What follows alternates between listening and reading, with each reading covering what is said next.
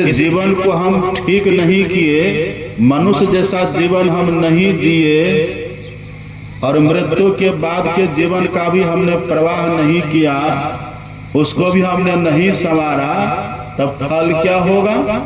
भगवान कहते अपने से अपनी हत्या करने वाले को जो फल मिलता है, अपने से अपनी हिंसा करने वाले को जो फल मिलता है, वो फल आप और हम लोगों को मिलेगा।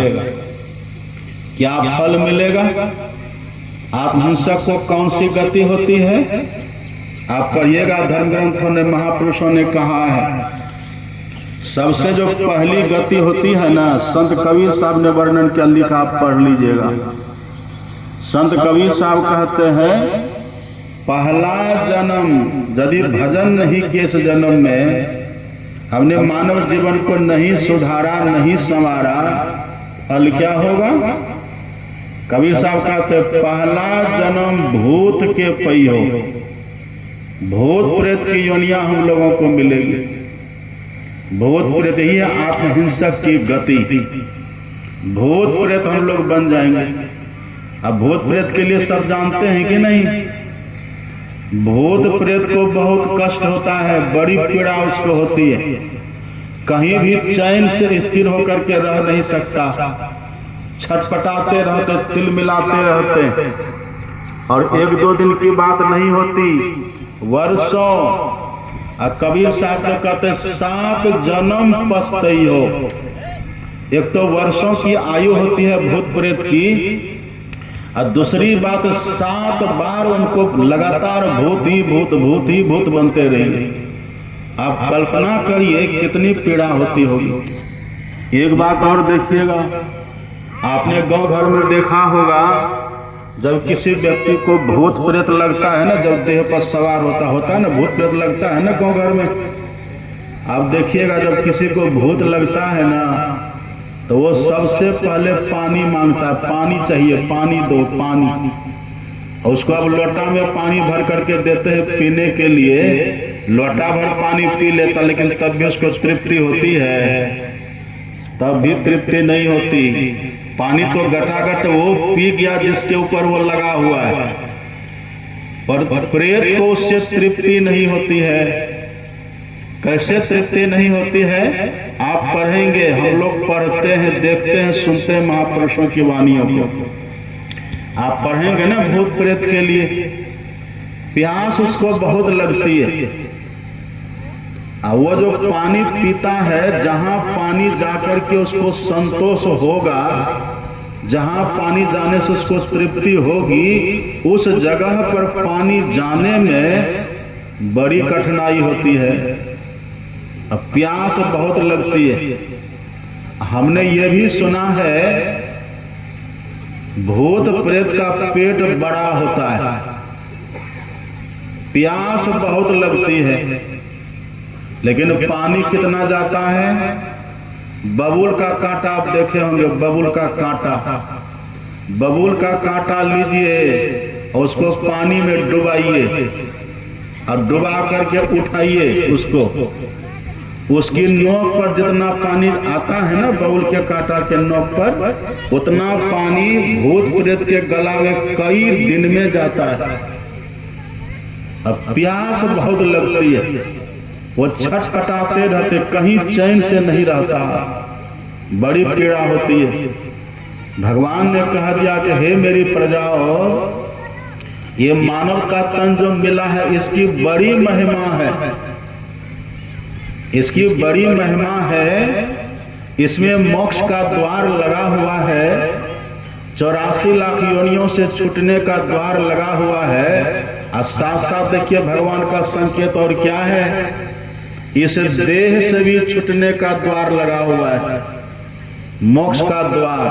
आप कहेंगे कि बाबा, जब भगवान ये कहते कि बड़े भाग मानुष तनु पावा, जब भगवान इस मानव तन की महिमा का बखान करते हैं, तब फिर देह से छूटने की बात क्यों करते हैं? जब ये मानव का तन बड़े भाग से मिला है, ये मानव का तन देवताओं को भी दुर्लभ है, ये मानव का तन देवता भी चाहते हैं, ये मानव का तन सभी जीव चाहता है, तो वो तो हमको मिल ही गया है, फिर इससे छूटने की बात क्यों है? भगवान क्यों कहते मोक्ष कर द्वारा? मोक्ष का अर्थ होता है छुट्टी, मोक्ष का अर्थ होता है छुटकारा। तो जब देह हमको सुंदर से मिल ही गई है, इससे हम छूटे क्यों? बहुत ध्यान से सुनिएगा। देखिए, पहली बात तो ये है, ये शरीर सब दिन रहेगा, रहेगा सब दिन? सब दिन नहीं रहेगा। अच्छा, कब छूटेगा सो जानते हैं? सब दिन रहेगा तो नहीं, पर ये छूटेगा भी कब किन्हीं को पता है? कोई नहीं जानते हैं। आप पढ़ेंगे संत गुरु नानक की वाणी। संत गुरु नानक कहते हैं, नहीं बालक नहीं योग ने नहीं वृद्धि कछु बंध, वह अवसर नहीं जानिए जब आए परे जब फंद। शरीर मिला है, सुंदर है, ये छूटेगा, जरूर छूटेगा। जातस्य ध्रुव मृत्यु ध्रुवं जन्म मृत्यु। भगवान कहते हैं जिसका जन्म होता है उसकी मृत्यु ध्रुव निश्चित है। तो हम मरेंगे, शरीर हमारा छूटेगा, लेकिन कब मरेंगे ये किसी को पता नहीं है। आप देखते हैं ना गांव घर में कितना बच्चा तो माँ के पेट में जन्म लेने के पहले ही मर जाता है, अब मर करके तब जन्म लेता है। अब कितने बच्चे को आप देखिएगा जन्म लेने के समय तब वो मर जाता है, मरता है ना। देखिएगा जन्म के समय इतनी पीड़ा होती है ना बच्चे को, बच्चा कई बार मर जाता है, कई बार तो माँ की भी मृत्यु हो जाती है जन्म के समय। इतनी वेदना होती है, इतनी पीड़ा होती है। अब कितने बच्चे की छठी नहीं होती कि छुट्टी हो जाती है। कब कौन मरेंगे, कितने जवान भी परवान चढ़ जाते हैं। अब बूढ़े का तो सब जानी दे, वो पका हुआ फल है, कब टपकेगा कोई ठिकाना है। तो मरेंगे जरूर। तो ये मुक्ति के द्वार का भाव क्या है? भगवान कहते हैं इस शरीर से हम निकलेंगे, मरेंगे तो बहुत कष्ट होगा। अब वो जो मुक्ति का, मोक्ष का जो द्वार इसमें लगा हुआ है ना, उस द्वार को यदि कोई जान ले तब फिर मरने के समय की पीड़ा नहीं होगी। इसलिए भगवान ने कहा मोक्ष कर द्वारा, ऐसे राम नहीं बोलते हैं। और दूसरी बात और भी देखिए, हम लोग का शरीर है कैसा? ये जो हम लोग का शरीर मिला हुआ मानव का तन, ये है कैसा? संतवाणी आप पढ़िएगा। एक संत अपने यहाँ हुए गुरु गोरखनाथ जी महाराज। गुरु गोरखनाथ जी कहते हैं ये जो शरीर है ना कैसा है? सप्त धातु का काया पिंजड़ा, सप्त धातु का काया पिंजड़ा, तामा ही जुगति बिनु सुआ। सतगुरु मिले तो उबरे बाबू, नहीं तो परले हुआ। 7 धातुओं से हमारा ये शरीर बना हुआ है। रस, रक्त, मेद, मज्जा, मांस, अस्थि, ये 7 धातुओं से हमारा शरीर बना हुआ है। ये देह बनी हुई है। इसी देह में आप और हम जो जीवात्मा है ना, ये तोता की तरह, सुगा की तरह इसमें पड़े हुए हैं। आप कहिए पिंजरा में यदि तोता कैद हो तो तोता को अच्छा लगता है? सुन रहे सब मेरी बात? पिंजरा में यदि सुगा कैद हो तो सुगा को अच्छा लगता है? जबकि आप देखिएगा जो सुगा पिंजरा में कैद रहता है ना, उसको लोग दूध भात खिलाता है पिंजरा में, अमरूद देता खाने के लिए, सेब देता खाने के लिए, सुंदर सुंदर फल खिलाता है उस तोता का। लेकिन फिर भी उस पिंजरा के बंधन में जो तोता रहता है ना, उसको सुख नहीं मिलता। जो तोता व्योम वितान में खुले आकाश में उड़ता रहता है, उसको देख करके पिंजरा में कैद तोता तरसता है कि काश हम भी उड़ते आकाश में, वो पश्चाताप करता है। इसी तरह से आप और हम जो है ना, जैसे तोता पिंजरा में कैद रहता है, इसी तरह से आप और हम इस देह में कैदी की तरह, तोता की तरह कैद हो गए हैं। एक और संत हुए अपने यहाँ, संत विद्यापति, आपने नाम सुना होगा, विद्यापति जी महाराज। उनके वचन में आप पढ़िएगा, उनकी वाणी में पढ़िएगा। गुरु गोरखनाथ तो कहते पिंजरा की तरह शरीर है हम लोगों का। अब विद्यापति जी महाराज कहते हैं, इस मुश्किल में अद्भुत मूसा, जब से सृष्टि बनी है तभी से घुसा। उन लोग का जो शरीर है ना, कैसा है ये मुश्किल की तरह है। मुश्किल आपने देखा, चूहा को फंसाने वाला जो था मुश्किल, जैसे मुश्किल में आप चूहा को फंसा करके रखते हैं ना, ऐसे ही आप और हम जो जीवात्मा है, इसे देह रूपी मुश्किल में फंसा करके रखा है, फंसा करके रखा है। और भी आप पढ़िएगा संत कबीर साहब की वाणी। कबीर साहब कितना अच्छा कहते हैं। कबीर साहब कहते हैं, गिरी पर्वत की माछड़ी भव सागर आया हो, कहे कबीर धर्मदास से जम बंसी लगाया हो। इस देह में जो आप और हम है ना, इस देह में आंख बंद करने के बाद जो घोर अंधकार दिखता है, उसी अंधकार में आप और हम हैं। आए हैं कहां से? गिरी पर्वत की माछे। गिरी पर्वत कहने का भाव ऊंचा स्थान। ऊंचा स्थान कहने का मतलब परमात्मा का धाम। हम परमात्मा के धाम से गिर करके, फिसल करके, बिछुड़ करके कहाँ गए? भव सागर में, जन्म मृत्यु के चक्र में आ गए। और रहते कहाँ हैं? आंख बंद करने के बाद जो घोर अंधकार सबके भीतर दिखता है ना, उसी घोर अंधकार में आप और हम रहते हैं। बहुत ध्यान से सुनिएगा, सब मेरी तरफ ध्यान दीजिए। ये बहुत पत्ते की बात है, अब मनोरंजन की बात नहीं। राम भगवान का देखिए उपदेश है। कबीर साहब देखिए कितना अच्छा कहते हैं, हम उसी अंधकार में आकर के रह गए। एक तो अंधेरी कोठरी, तामे दियाना न बाती हो, अब बहिया पकड़ी जम ले चले कोई संग न साथी हो। तो ये जो अंधकार है ना भीतर में, जब तक है तम तब तक है जम। और जम क्या है? बंसी लगा करके रखा है। अब बंसी क्या है? यही पांचों विषय। ये विषय रूपी बंसी लगा करके जम ने रूप रस गंध शब्द स्पर्श, ये पंच विषय बंसी लगा करके भगवान ने, ये जमदूत ने, जम ने हम जीवात्माओं को फंसा करके रखा है। देखिए सब किस तरह से कह रहे हैं महापुरुष। तो कोई कहते पिंजरा की तरह है, हम इसमें तोता की तरह कैद हैं। अब कोई कहते मुश्किल की तरह है, इसमें हम चूहा की तरह कैद हैं। और कबीर साहब कहते हैं ये अंधकार की कोठरी है, वहीं पर जीवात्मा आप और हम मछली की तरह हैं। और जम ने विषय रूपी बंसी में फंसा रखा है। अपने सदगुरु महाराज जी की वाणी पढ़िएगा पदावली में।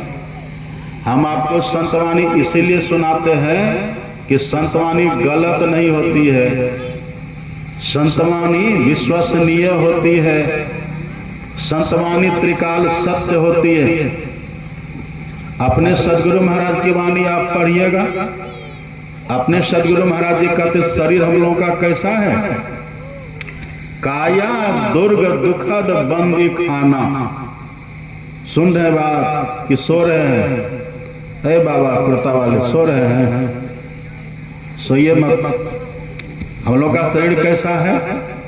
देखिए अपने सदगुरु महाराज जी कितना अच्छा कहते हैं। हम लोग का कैसा है? काया मतलब शरीर, काया दुर्ग दुखद बंदी खाना। बंदी खाना किसको कहते हैं? बंदी खाना कहते हैं जेल को, जेल को कहते हैं बंदी खाना। अब किसका बंदी खाना है ये? कैसा बंदी खाना है ये? देखिए अपने सदगुरु महाराज जी कहते हैं काया दुर्ग दुखद बंदी खाना, जले अग्नि यामे दुख की। इस देह में दुखों की अग्नि जलती रहती है।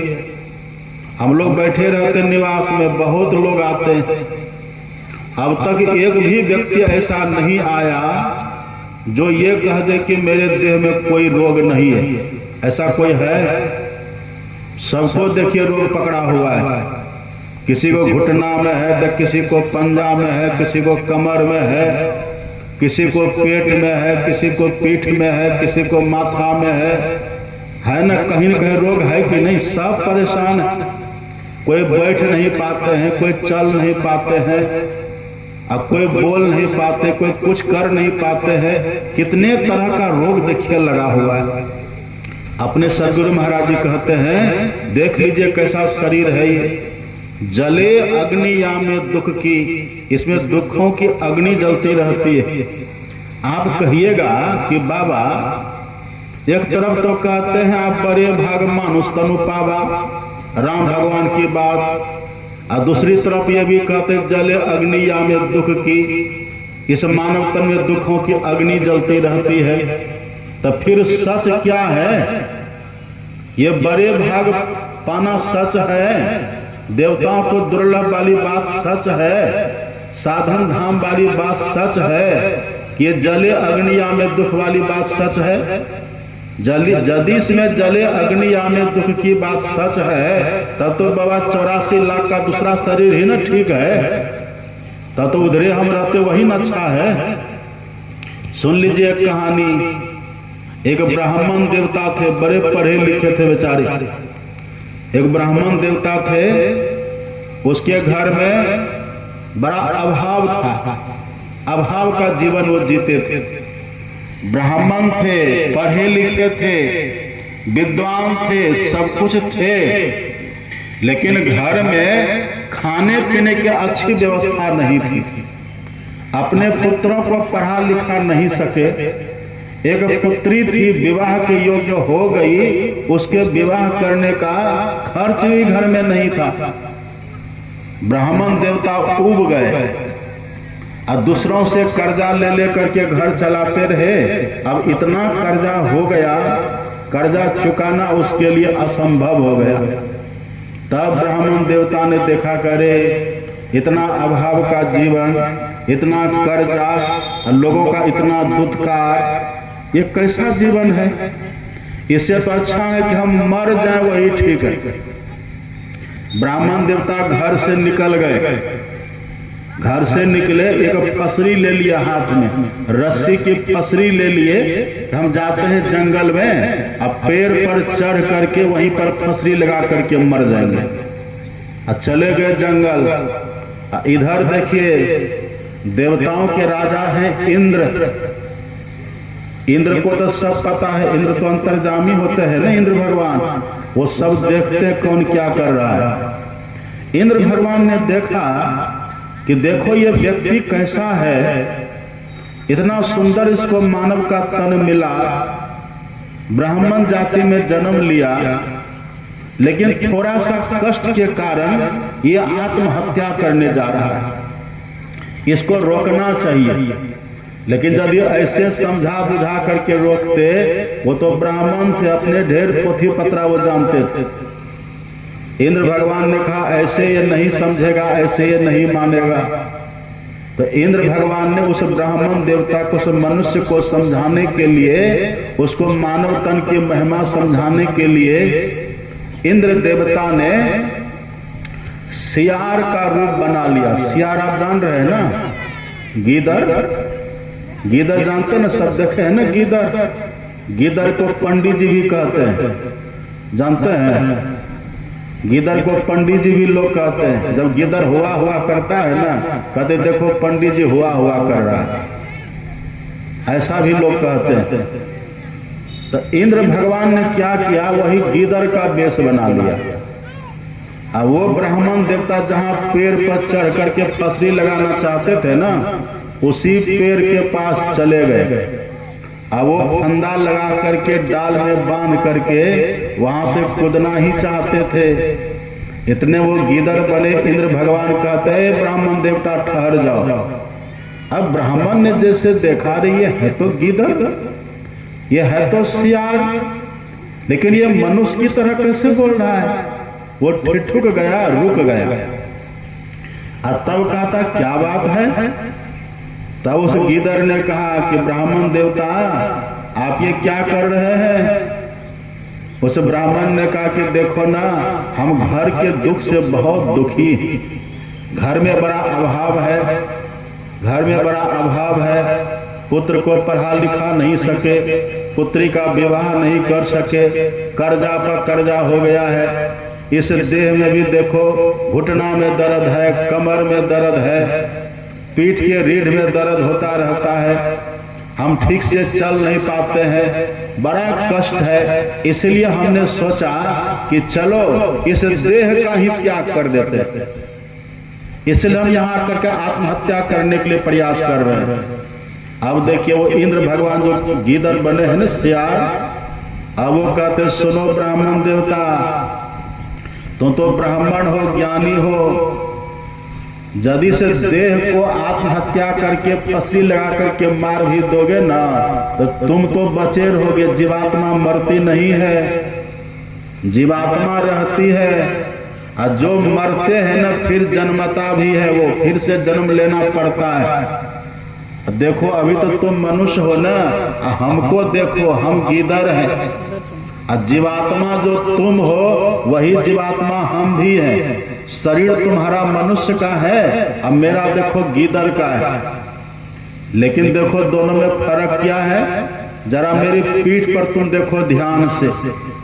अब ब्राह्मण देवता ने वहीं पेड़ पर बैठे बैठे जब गीदड़ के पीठ को देखा तो देखा गीदड़ के पीठ पर घाव हो गया है। घाव में कीड़े खदबद कीड़ा कर रहा है, रक्त बहता है, पीप बह रहा है। उस गीदड़ ने कहा कि देखो कैसा घाव हो गया है। सुनो ब्राह्मण देवता, हम इस घाव की मरहम पट्टी नहीं कर सकते, हम इस घाव का उपचार नहीं कर सकते, क्योंकि हम गीदड़ है ना। तुम कल्पना करो यदि तुम्हारी देह में ये घाव हो जाता तो तुम मरहम पट्टी करता कि नहीं, तुम इसका उपचार करता कि नहीं। लेकिन देखो मैं कुछ नहीं कर सकता। अब सोचो अभी तुम मर जाओ और यदि मेरी ही तरह तुमको गीदड़ वाली देह मिल जाएगी तब क्या करोगे? सोचो जरा, विचारो। अब फिर ये मेरा हाथ देखो, दोनों आगे वाला पैर दिखाया गीदड़ ने, तो देखा दोनों में कांटा चुभा हुआ है, कांटा चुभा हुआ है और रक्त रंजित है। उस गीदड़ ने कहा कि सोचो ब्राह्मण देवता, यदि तुम रहता और तुम्हारे पैर में कांटा चुभता तो तुम क्या करता? तुम इसको निकाल सकता था ना, इसको तुम निकाल लेता। पर देखो मैं गीदड़ हूं, मैं सियार हूं, अब मेरे पैर में देखो कांटे चुभ गए हैं, मैं चाह करके भी नहीं निकाल सकता। मैं कांटा को निकालने में असमर्थ हूं। पर मेरी पीड़ा का तुम अंदाजा लगाओ, मुझे कितना कष्ट, कितनी पीड़ा हो रही है। तुम सोचो अभी तुम मर जाओ, अब मर करके कहीं है गीदड़ वाली देह तुमको मिल गई तब, अरे अभी तो तुम मनुष्य हो, घाव होगा मरहम पट्टी करवा लोगे, कांटा चुभेगा निकाल करके उपचार कर लोगे। तुमको देखो भूख लगती है तो तुम समय से भोजन कर लेते हो, मानव तन में हो। ठंडी तुमको लगती है कपड़ा ओढ़ लेते हो, गर्मी लगती है पंखा चला लेते हो, सब व्यवस्था कर लेते हो। काम करते करते थक जाते हो, विश्राम कर लेते हो। नींद आती है तुम सो लेते हो, सब व्यवस्था देखो कर लेते हो। पर कल्पना करो यदि मेरी जैसी देह तुमको मिल जाएगी तब ये सब कर पाओगे? सोचो इन सब बातों को। तब ब्राह्मण देवता को ज्ञान हुआ, करे बात तो ये ठीक कहता है, बात तो ये सच कहता है। का थोड़ी सी मेहनत यदि हम करें तो इस मानव तल में हम ठीक से रह सकते हैं। अब देखिए ये मानव का जो शरीर है, दुख है इसमें भी, लेकिन इसमें बचने का उपाय है। दुख है अन्य शरीरों में भी, पर उसमें बचने का उपाय नहीं है। इसलिए भगवान पहले कह देते बड़े भाग मानुष तनु पावा, लेकिन इसीलिए फिर कह देते हैं मोक्ष कर द्वारा, क्योंकि इस देह में भी दुख है। काया दुर्ग दुखद बंदी खाना, जले अग्निया में दुख की, दुखों की अग्नि जलती है, लेकिन हम इस दुखों से बच सकते हैं, इस दुखों से छूट सकते हैं। और सबसे बड़ी बात क्या है, वो जो मोक्ष का द्वार है ना, यदि किसी को मोक्ष के द्वार का पता चल जाए तो वो देह के बंधन से सदा के लिए निकल जाता है। और यदि मोक्ष के द्वार को हम नहीं जाने, मोक्ष के द्वार को हम नहीं समझे, हम गुरु के पास नहीं गए, मोक्ष के द्वार को हम नहीं जाने। अभी सुन रहे थे ना पाठ में, अभी भगवान ने कितना अच्छा कहा, ये मानव का तन मिला तो है, लेकिन यदि गुरु के पास नहीं गए, करनधार सदगुरु दृढ़ नावा, और दुर्लभ सास सुलभ करी पावा, यदि गुरु के पास आप नहीं गए ना, फिर उस मोक्ष के द्वार का पता नहीं चलेगा। अब मोक्ष के द्वार का पता नहीं चलेगा, ऐसे मर गए, यदि ऐसे ही मर गए, मोक्ष के द्वार को बिना जाने मर गए, जीवन को संवारे बिना मर गए, तो फिर 84 लाख में हम चले जाएंगे, फिर कुकर सुकर गधा गिदर बन जाएंगे। लख 84 भ्रमी के पांव पर अटके आए, अब की पासा ना पड़े फिर 84 जाए। लेकिन देखिए हम लोग हैं कैसे, हम लोग परलोक को तो नहीं संवारते हैं, लेकिन इसी मानव जीवन को, मानव तन को संवारने में लगे रहते हैं। इतना सुंदर ये शरीर भगवान ने मानव का दिया, लेकिन विश्वास आपको होता है कि बढ़िया शरीर है ये। लोगों को विश्वास होता है जल्दी, विश्वास जल्दी नहीं होता। एक व्यक्ति तो ऐसा था, उस व्यक्ति ने जब सत्संग सुना ना कि बड़े भाग मानुष तनु पावा, असुर दुर्लभ सब ग्रंथ ही गावा, जब सुना उस व्यक्ति ने कहा कि हाँ भगवान बढ़िया तो बनाए, लेकिन थोड़ी सी कमी रह गई है। कहा क्या कमी रह गई? अब देखिए वो व्यक्ति क्या कहता है, दोष निकालने वाला व्यक्ति। वो व्यक्ति कहता है कि इतना सुंदर मानव का तन बना दिया, इतना बढ़िया मुंह दे दिया, इतना बढ़िया आंख दे दिया भगवान ने, अब मुंह के ऊपर में आंख के नीचे में ये नाक देना जरूरी था भगवान को? ये मुंह कितना बढ़िया रसगुल्ला टिकड़ी खाते हैं, कितना बढ़िया सुंदर स्वादिष्ट भोजन इससे करते हैं, कितना अच्छा फल फ्रूट खाते रहते हैं। मुंह के ऊपर में जो नाक दे दिए भगवान, नाक से नेटा निकलता रहता है, यहाँ देना कोई भगवान को जरूरी था? हम रहते तो भगवान को हम सुधार देते। देखिए मनुष्य कैसा होता है, दोष निकालते हैं कि नहीं मनुष्य। वो व्यक्ति कहता यदि हम भगवान के पास रहते ना, हम भगवान से कहते कि भगवान मुंह दिए यहाँ बहुत अच्छा किए, आंख दिए बहुत अच्छा किए, लेकिन यहाँ पर नाक नहीं दीजिए। कहा क्यों? कहा कि नाक को हम कहते पीछे लगा दीजिए, ताकि उधरे नेटा पीछे से गिरते रहे, गंदगी उधरे गिरते उधरे सप्लाई होता रहे। देखिए कैसे कैसे व्यक्ति होते हैं। ये मनुष्य किसी को नहीं छोड़ता है। अब ये बोलते भी जा रहा है, रास्ता भी चल रहा है, चलते चलते संजोग से एक बगीचा आ गया, आम का बगीचा था। बिज्जू आम देखे हैं आप लोग? बिज्जू आम, बिज्जू आम का देखिएगा पेड़ बहुत बड़ा बड़ा होता है। बिज्जू आम का पेड़ बड़ा, अब फल देखे छोटा छोटा फल होता है। तो वो व्यक्ति उसी बगीचा होकर के जा रहा था, और संजोग से बगीचा में आम का बगीचा, अब बगीचा में जमीन पर तारबूज लगा हुआ था। तारबूज देखे ना, तारबूज खरबूजा वो सब लगा हुआ था नीचे में, आम का बड़ा बड़ा पेड़। अब वो व्यक्ति यही बोलते चला जा रहा था कि भगवान अच्छा नहीं किए, यदि हम रहते वहां तो हम भगवान को समझाते कि भगवान नाक यहाँ नहीं दे करके नाक को पीछे दे दीजिए, और कान जो दिए तो छेदे से न सुनते हैं, तो ये पत्ता देना कोई जरूरी है कान का? ये पत्ता काहे दे दिए? हम रहते भगवान से तो हम कहते ये पत्ता को काट के हटाइए और नाक को पीछे लगाइए।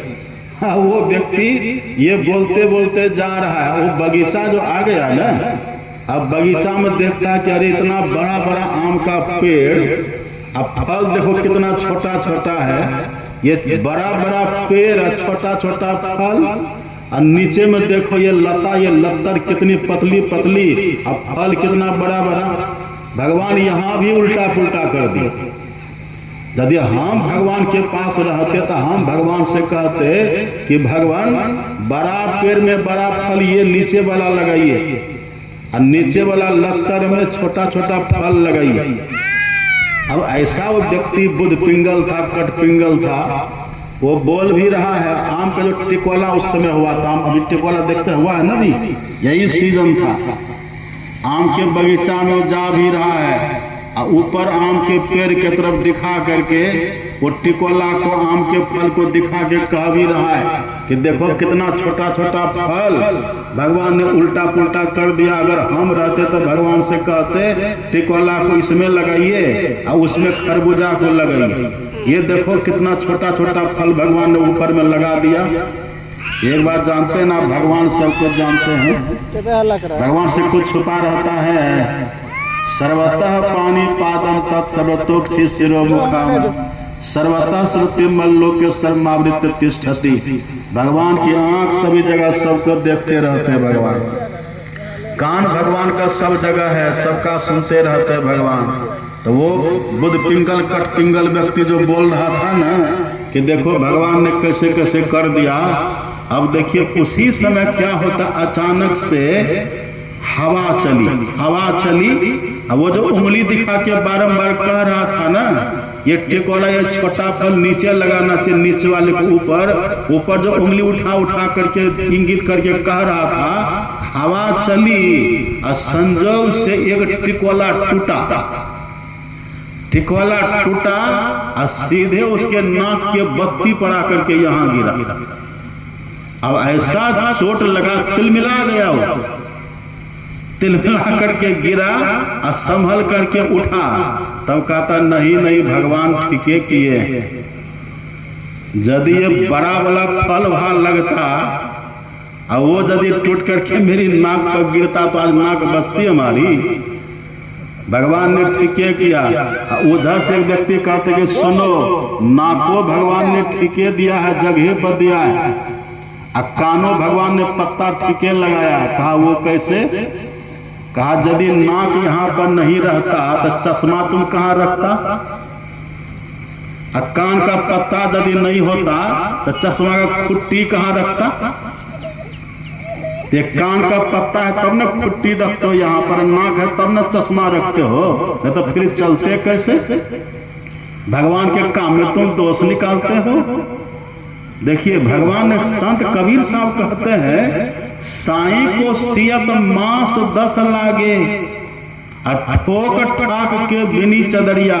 भगवान ने बहुत सुंदर सजा करके संवार करके जहां जो चाहिए वहां वही लगा करके भगवान ने सुंदर मानव का तन बनाया है, खूब बढ़िया से। अब भगवान ने कह भी दिया, आप पढ़िएगा रामचरितमानस में, सबते अधिक मनुज मोहि भाई, सबसे सुंदर मुझे मनुष्य लगता है। तो इतना ठोक ठाक करके, इतना रच करके, इतना सजा संवार करके भगवान ने इस मानव तन को बनाया। लेकिन हम लोग क्या करते हैं, इसी के पीछे पड़े रहते हैं। इससे हमको जो करना चाहिए वो नहीं करके इसी के पीछे पड़े रहते हैं। देखिए बच्चा सब कैसे कर रहे हैं, देखिए है सबको कोई सत्संग से मतलब है, कोई मतलब इस सबको है? सब बच्चा खेला रहा। देखिए हे भगवान, श्री सदगुरु महाराज की कैसे कर रहे हैं लोग, क्या कह रहे थे हम? देखिए भगवान ने कहा, भगवान कहते से देह को जितना बनाना चाहिए उतना बना करके हम दिए। हाँ, आप इसको मेंटेन में रखिए। मेंटेन में रखना क्या है? नाखून बढ़े नाखून काट लीजिए, बाल बढ़ करके विभत्स हो जाए उसको सेटिंग गेटिंग कर लीजिए, ठीक से कर लीजिए, और रोज नहाइए, एक व्यक्ति को हम बोले स्नान करते हो जी? हाँ बाबा करते हैं। रोज ना? नहीं नहीं, साप्ताहिक स्नान करते हैं। अब बताइए, साप्ताहिक स्नान करेगा तो देह शुद्ध रहेगी आपकी? मैल का परत जम जाएगा, फिर आप भजन कैसे करेंगे? अपने यहाँ नियम है, शतम विहाय भोक्तव्यम, सहस्रम स्नान माचरेत, लक्षम विहाय दातव्यम, कोटिम त्यक्त्वा हरिरस्मरेत। अपने यहाँ नियम है, 100 काम को छोड़ करके भोजन करिए, 1000 काम को छोड़ करके स्नान करिए, रोज स्नान करिए, बिना स्नान किए कभी रहिए मत। हाँ, कभी काल आप अस्वस्थ हो गए, कोई कारण हो गया तो बात अलग है, वो अपवाद है, पर रोज स्नान करिए और स्नान करके बैठ करके ध्यान करिए, तुरंत स्नान के तुरंत बाद। और लाख काम छोड़ करके गरीब गुरबा को कुछ न कुछ दान दीजिए। कोई भिखारी दरवाजे पर आ जाए ना, उसको कुछ दीजिए। मनुष्य आप बने हैं, धन कमाते हैं, कंजूस मत बनिएगा। कंजूस बनिएगा तो कंजूस को मुर्दा कहा गया, कंजूस जीते जी मुर्दा होते हैं। इसलिए धन अगर भगवान ने दिया है ना, कोई भिखारी आ जावे, कोई मांगने वाले आ जावे, तो उसको कुछ न कुछ दीजिए। धन से किसी को सुख नहीं मिलता है, याद रखिएगा, धन से किसी को सुख नहीं मिलता। धनात् धर्मः ततः सुखम, धन से पहले धर्म करिए और उसे धर्म से आपको सुख मिलेगा। और यदि धन से धर्म नहीं करिएगा, तब यदि धन से धर्म नहीं करेंगे ना, तो धन का दूसरा नाम है द्रव्य।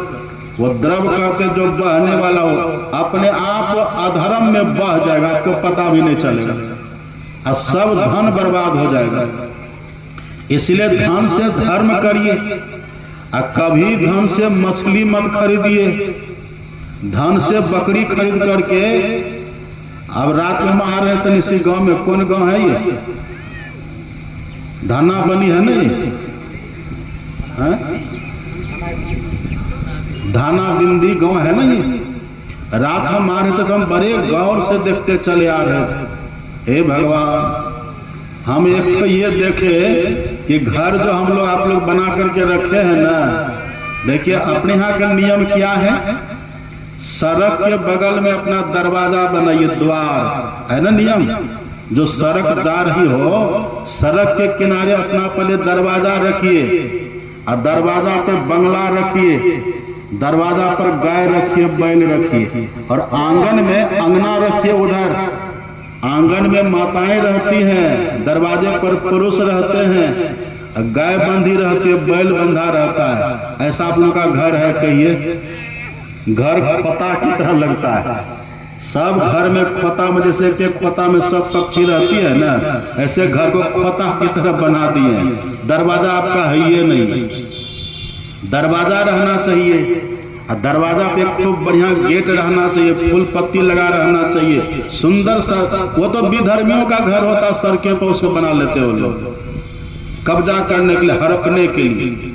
हमारे यहाँ हिंदुओं में, सनातन धर्मावलंबियों में जो घर बनाइए ना, थोड़ा सा सड़क से पीछे हट करके घर बनाइए, दरवाजा रखिए, पहले थोड़ा लंबा चौड़ा दरवाजा बना करके रखिए, बाउंड्री दे दीजिए, एक बढ़िया सुंदर सा गेट दीजिए, बंगला बना करके रखिए, वहाँ कुर्सी लगा करके बैठिए, पलंग लगा करके लेटे रहिए, वहाँ दरवाजे पर गाय रहे, बैल रहे, तब देखिए कितना अच्छा लगेगा। आप तो बकरी बांध करके ढेर रखे, देखे हम बस्ती में बकरी, पता है बकरी को छीक धन कहते हैं, आप पढ़ लीजिएगा। जहाँ गाय रहती है वहां पर लक्ष्मी का निवास होता है। गाय जहाँ रहे ना, गाय के रहने की जगह पर लक्ष्मी रहती है। गाय के गोद में भी गंगा का वास है, गाय के गोबर में लक्ष्मी का वास है। अब बकरी जहाँ रहेगी ना, बकरी वो कहते छिक धन, जहाँ बकरी रहते वहां पर दरिद्री रहती है। देखिए, हमको बकरी से दुश्मनी नहीं है, लेकिन जो शास्त्रीय बातें सुना रहे हैं आप बकरी में पैसा खर्चा करते हैं ना, बकरी को खरीदना भी अधर्म है, बेचना भी अधर्म है। आप किस लिए बेचिएगा? किसी खाने वाले को नहीं दीजिएगा, या खुद क्यों खरीदिएगा? खाने के लिए खरीदिएगा। कोई बकरी का दही जमा के खाते हैं क्या? कोई बकरा को हल में जोतते हैं क्या? क्या करिएगा बकरा बकरी? सुंदर सी गाय रखिए दरवाजे पर, साहिवाल गाय रखिए, गिर नस्ल की गाय रखिए, कितना सुंदर लगेगा देखने में, और आपका दरवाजा सुंदर लगेगा देखने में। वहां पर लक्ष्मी का वास होगा। एक फता तरह घर बना करके रखे, फता सड़के पर घर चढ़ा के बनाए हैं, अच्छा नहीं लगता। आगे से ध्यान रखिए, घर जब भी बनाइए ना तो सड़क के किनारे पहले दरवाजा रखिए खूब बढ़िया। दरवाजा पर पुरुष लोग बैठते हैं, आंगन में माताएं रहती हैं। आंगन में पुरुष को उसके साथ जल्दी नहीं बैठना उठना चाहिए, उनको फ्री आंगन में छोड़ दीजिए। पुरुष सब दरवाजे पर रहिए। हम सब महात्मा को भी कभी काल बोलिए तो दरवाजे पर रखिए, आप तो सीधे लिए दिए अपना उसी बेडरूम में चले जाते हैं। ये ढंग नहीं है। आप पहले के इतिहास पढ़िए कैसे लोग रहते थे। तो बकरी मत रखिए, उसको मार के खाइए मत। मांस मछली का सेवन करने मानव तन का काम नहीं है। मांस मछलियां खात है सुरापान से हेत, अत्ते नर जर से जाएंगे जो मूली की खेत। अभी मांस मछली खाते हैं ना मनुष्य बन करके, ऐसा जड़ समेत उखड़ जाइएगा ना, फिर कभी मनुष्य दोबारा बनिएगा ही नहीं। बस 84 में घूमते रहिए, उधरे रहिए, कभी कुकर बनिए, कभी सुकर बनिए, कभी विष्ठा का कीड़ा बन जाइए, कभी गंदी नाले का कीड़ा बन जाइए, क्या क्या बनिएगा उसका कोई अता पता नहीं है। लेकिन आप क्या कहते हैं, पढ़े लिखे लोगों को समझाना बड़ा कठिन है। जो कम पढ़े लिखे तो समझ जाते कि नहीं, बाबा कहते कि नहीं खाना चाहिए तो चलो मान लेते हैं। लेकिन जो पढ़े लिखे लोग हैं वो कहते हैं कि प्रोटीन कहाँ से मिलेगा, वो कहते हैं विटामिन कहाँ से मिलेगा। अरे अंडे में विटामिन है। आप एक केला खाइए, बढ़िया हुआ सुपक को केला, 5 अंडा के बराबर उसमें लाभ है। कितना बढ़िया। देखिए ड्राई फ्रूट अपने काजू किशमिश बादाम खाइए ना, कितना अच्छा है। देखिए आप पढ़े लिखे होगे, कहते संडे हो कि मंडे निधि खाओ अंडे। याद रखिएगा, जब लगेंगे जमराज के डंडे तब पड़ जाएंगे ठंडे। कोई बचेगा वहां? किया कर तो माई बाप, किया कर तो भाई, किया कर तो घर के त्रिया जमुआ ले जाए। इसलिए खान पान को सुधारिए। 100 काम छोड़ करके भोजन करिए, 1000 काम छोड़ करके नहाइए। और कोई गरीब गुरबा आ जाए मांगने के लिए तो कुछ उनको दे दीजिए। आपके पास जो है 2 रुपये ही दे दीजिए, एक कपड़ा ही दे दीजिए, और नहीं कुछ है उसको रोटी खिला दीजिए बैठा करके, कुछ दीजिए। तुलसी पंछिन के पिए घटे न सरिता नीर, और दान दिए धन ना घटे जो सहाय रघुवीर। दान देने से, धन को धर्म में लगाने से कभी घटेगा नहीं, इसलिए दीजिए, दान देना चाहिए।